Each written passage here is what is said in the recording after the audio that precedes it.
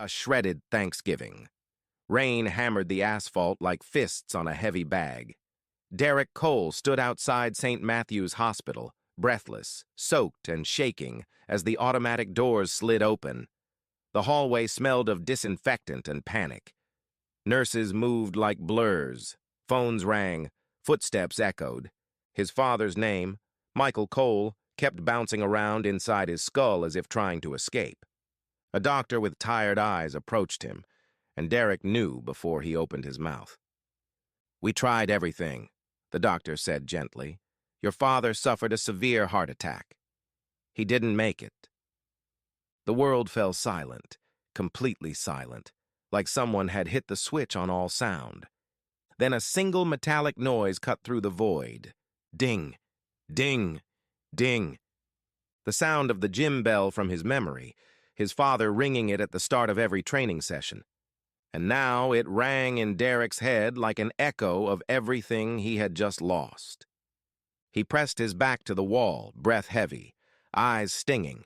He was 27 years old, an only child, and suddenly responsible for a gym that seemed too big and a world that felt too small. He didn't cry. Not yet. 2 days later, he unlocked the doors to Cole's gymnasium. The air inside was thick with the familiar smell of sweat, leather gloves, and disinfectant. Posters of past champions lined the walls, each one signed by boxers who had trained under the legendary Michael Cole. The ring ropes were frayed from decades of punches, shouts, victories, and defeats. Inside stood 3 of his father's trainees, Marcus, Javier, and Chloe, waiting silently. Chloe approached him first. "We heard. We're really sorry, Derek." Marcus added, "Coach Mike was everything.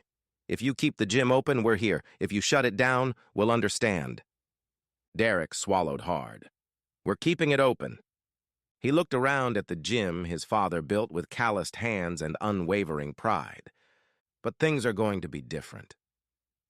He wasn't sure if he meant stronger or more chaotic. Maybe both. He grabbed the bell rope near the ring and rang it once. The sharp, clean ding filled the gym. "All right," he said.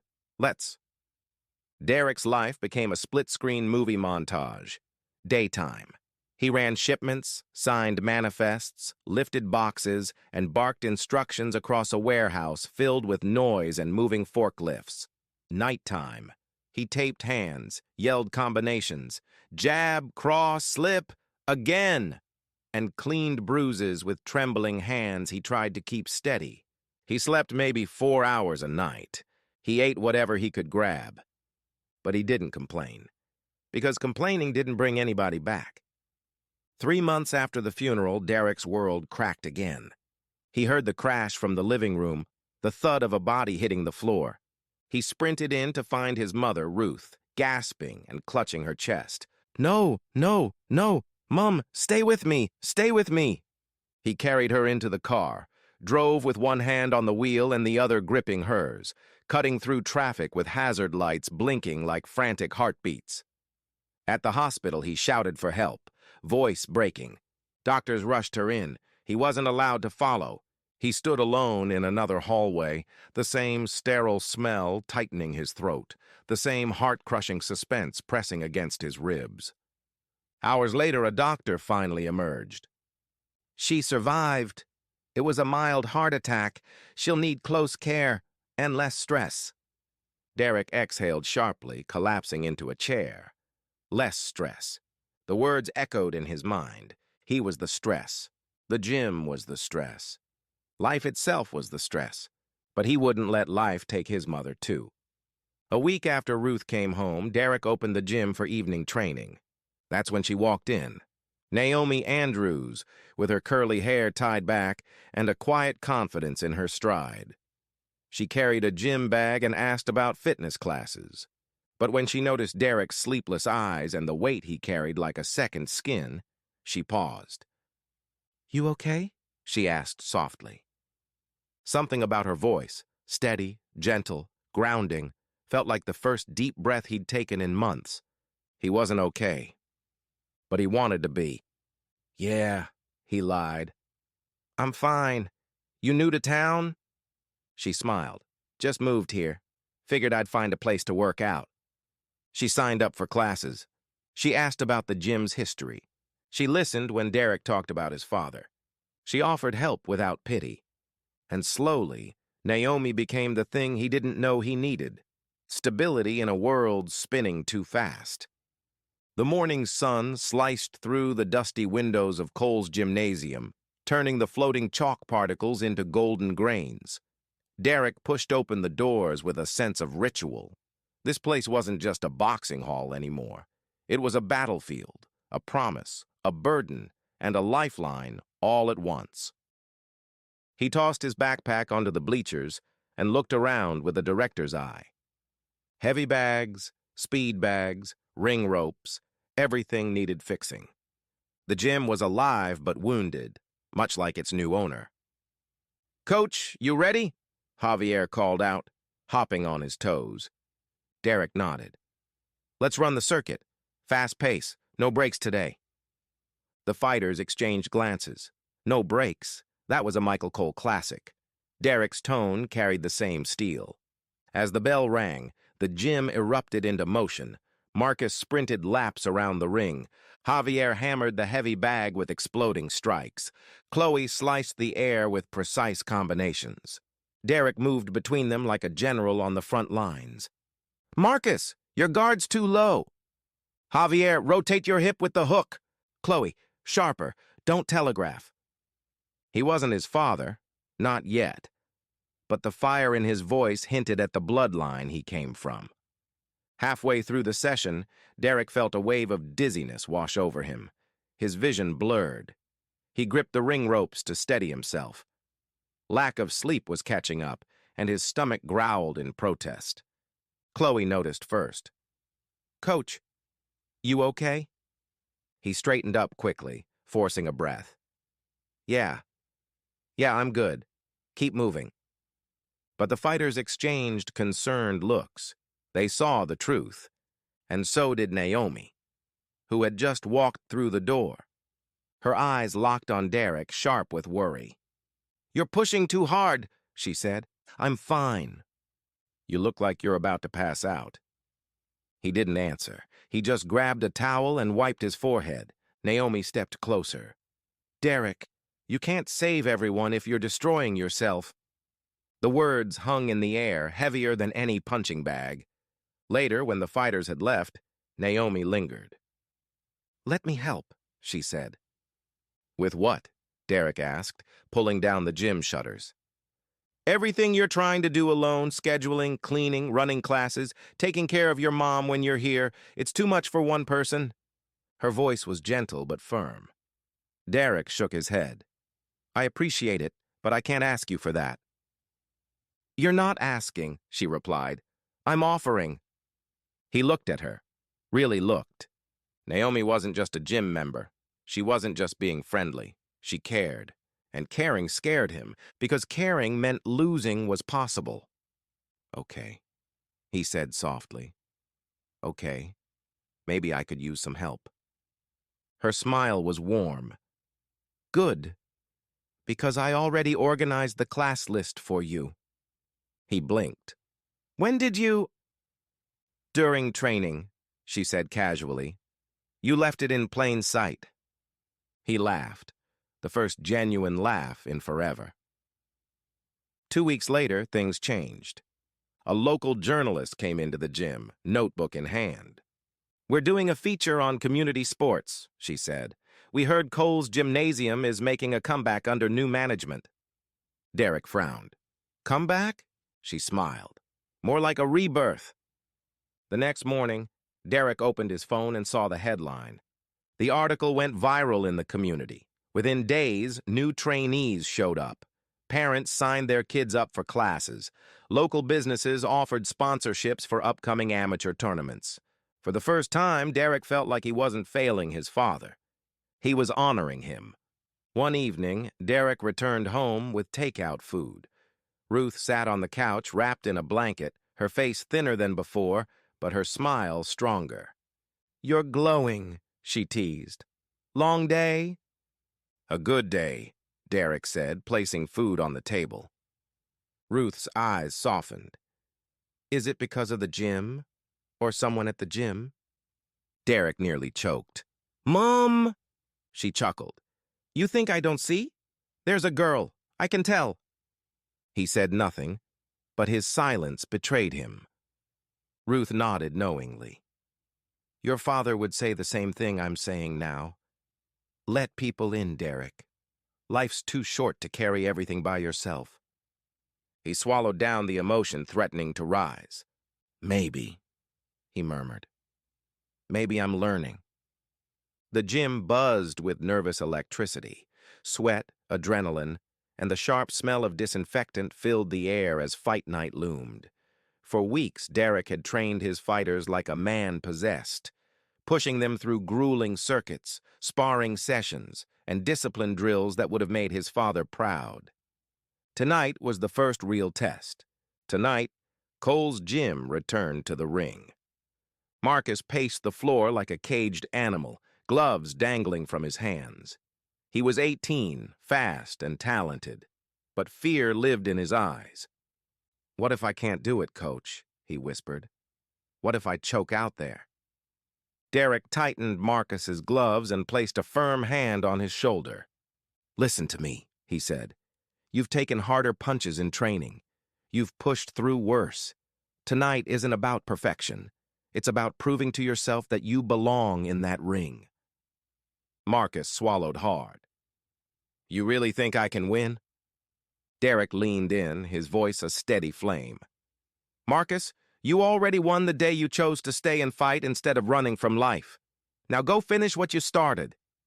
It was exactly what his father would have said. The thought made Derek's chest ache. But it also fueled him.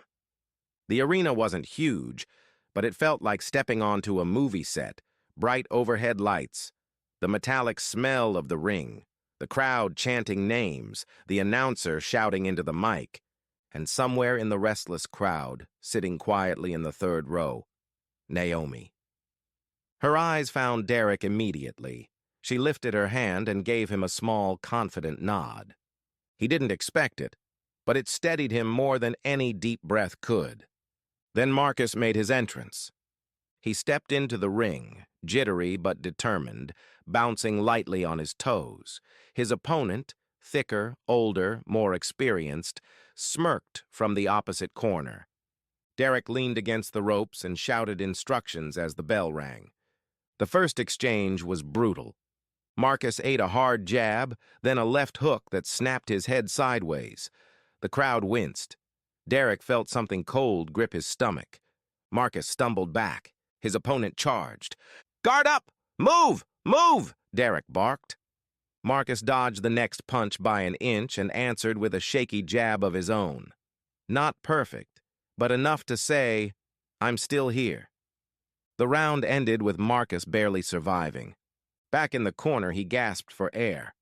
I can't beat this guy, he said, voice cracking. Derek grabbed him by the face gently but firmly. You don't need to beat him, he said. You need to beat the part of yourself that says you can't. Now breathe, reset. You're stronger than you think. Marcus stared at him, and something changed in his eyes. A spark. A decision. The bell rang. Marcus came out transformed, lighter on his feet, sharper, focused. He dodged the first swing, then countered with a clean right-left combination that snapped his opponent's head back. The crowd roared. Javier and Chloe leaped to their feet in the stands. Derek felt fire surge through his chest. Yes, that's it! Again! Marcus attacked with precision. Jabs, crosses, body shots. His opponent grew desperate, swinging wildly. Marcus slipped under a hook, pushed forward, and unleashed a devastating right hand that sent his opponent crashing onto the canvas. The arena exploded. The referee counted. 8, 9, 10.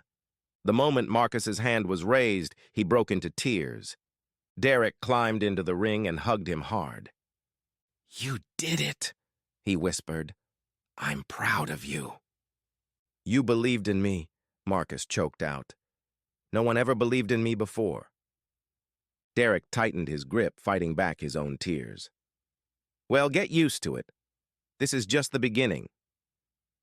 After the match, Derek walked out to the parking lot, duffel bag slung over his shoulder. Naomi leaned against her car, arms crossed, smiling. You did good tonight, Coach.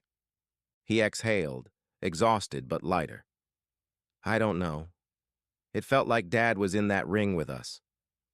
Naomi stepped closer. Maybe he was. They stood in silence for a moment, the night air cool around them. You look like you could sleep for a week, she said softly. I could, he admitted, but I won't. Because of the gym? He shook his head slowly. Because of everything. Because giving up isn't an option. Naomi smiled. A soft, knowing smile. Good. Because neither is doing it alone. The air between them shifted, slightly, warmly, like the start of something neither of them was ready to say out loud, but they both felt it. Success hit the gym like a tidal wave. Marcus's victory stirred excitement across the community. More students signed up, sponsors reached out, and Cole's gymnasium suddenly became the place to train. But with growth came pressure. Every day stretched Derek thinner. Mornings at the warehouse, afternoons coaching, evenings cleaning, nights caring for his mother. Naomi helped, organizing schedules, handling billing, managing new members. But even she noticed the cracks forming in Derek's resolve. One night, after closing, she found him sitting alone in the ring, elbows on his knees, staring at the floor like it held the answers to a question he hadn't learned to ask. You didn't eat anything today, Naomi said, placing a sandwich beside him. He didn't even look up. Not hungry. You're burning out. Silence. You're human, Derek. I don't have time to be human. His voice was rough, tired, scared. Naomi sat beside him. Your father didn't build this gym alone. He had friends. He had fighters. He had your mother. Why do you think you have to be invincible? His jaw tightened, eyes fixed ahead. Because the moment I stop, he said softly, everything falls apart. Naomi gently placed her hand over his. Then let someone catch it with you. One cold evening, Derek returned home to find his mother collapsed in the kitchen, eyes open, body shaking. No. No. Please, no. Derek dropped to his knees, dialing 911 with trembling hands. She was conscious, but barely. Derek, she whispered. I'm okay. You're not okay, he cried. Stay with me, Mum, please. In the ambulance, he held her hand, refusing to let go. At the hospital, he paced the hall like a frantic storm. Minutes felt like hours. Finally, the doctor approached. She's stable, he said. But stress is taking a toll on both of you. She needs rest. So do you. Derek rubbed his face with both hands. I can't lose her, he whispered. You won't, the doctor said. But something in your life needs to change. And Derek knew exactly what that something was.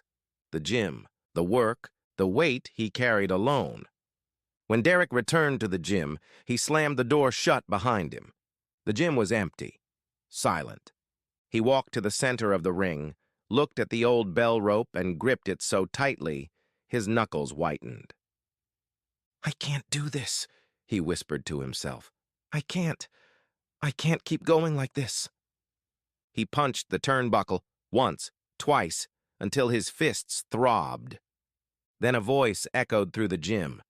Derek! He turned. Naomi stood at the entrance, eyes soft with worry. He tried to hide the tears forming in his eyes, but it was too late. Naomi climbed into the ring and wrapped her arms around him. For the first time since losing his father, Derek let himself break. He cried against her shoulder, shaking, exhausted, wounded in ways no doctor could fix. It's okay, she whispered. You don't have to be strong right now. He held her tight, and for a moment, the world stopped spinning. Thanksgiving arrived with crisp air and orange leaves scattered across the streets. The Cole home smelled of rosemary, garlic, and slow-roasted turkey. A year had passed since Derek's father died, months since his mother's second heart scare, weeks since Derek finally accepted that he didn't have to carry everything alone. The gym hadn't closed, it hadn't collapsed. It had evolved because Derek let others in. Marcus was now preparing for regional championships. Javier had earned a scholarship through boxing. Chloe was heading to national qualifiers. The legacy lived on.